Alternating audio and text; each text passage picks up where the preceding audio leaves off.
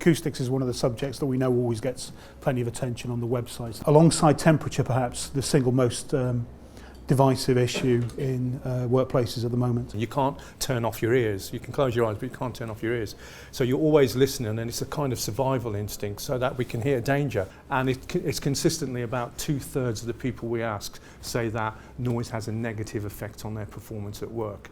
And about 50% of them say that it also affects their well-being and stress levels. So it's an issue.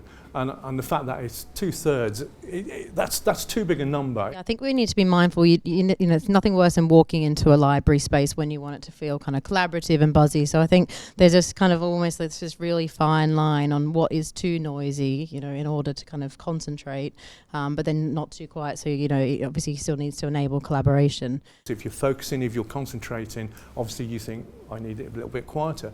But that's not necessarily the case. Personality has a much bigger effect. So introverts, they do need calm, quiet environments to do complex tasks. Extroverts actually seek stimulation, so they actually can tolerate, and they might even seek noisy environments. But we're putting all those different people doing different activities, different personalities in the same big space. And I think that's the big challenge to designers today. The most efficient way to create good acoustic is to focus on the sound source itself. So it could be if you have a chair, for example, on a hard floor, you can put felt glides on, it's quite obvious, but you can also choose a four-leg chair that doesn't have a resonant sound. The second best step is to actually block sound. And that could be, of course, build partitions, but also choose high back sofas to create some official meeting spaces, and then we have absorption. So there's a good, efficient way to look at solving the problems. And in each step we have different types of products, different type of properties that supports this. You've got walls to put stuff on, ceiling permitting, you've got ceilings to hang stuff from that are very effective, and furniture. You know, furniture that actually, we work really hard with clients to try and make it obvious to signpost.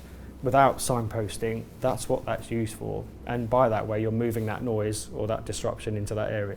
One of the interesting things about the acoustics debate is a lot of it is framed around very, very specific issues to do with layout and product specification. And actually the field, as I think Nigel will start to explore, is very, very much more interesting and complex than that. It's a multifaceted thing. It's about product design, it's about layout, it's about anthropology, it's about behaviour, it's about culture, it's about technology, and there's always new facets to it that you know, we're becoming aware of. Obviously everyone knows who Spotify is, they're a music company, but what's really interesting about their space is that they have such a diverse and eclectic mix of space types.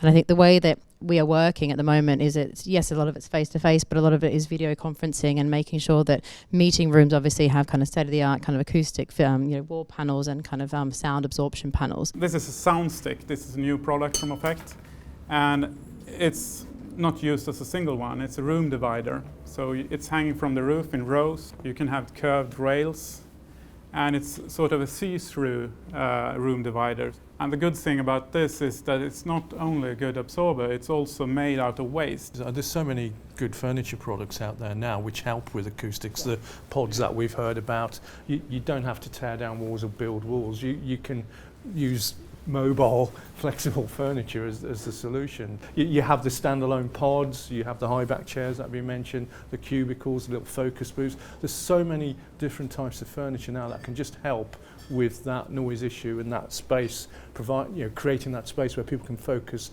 and concentrate without distractions.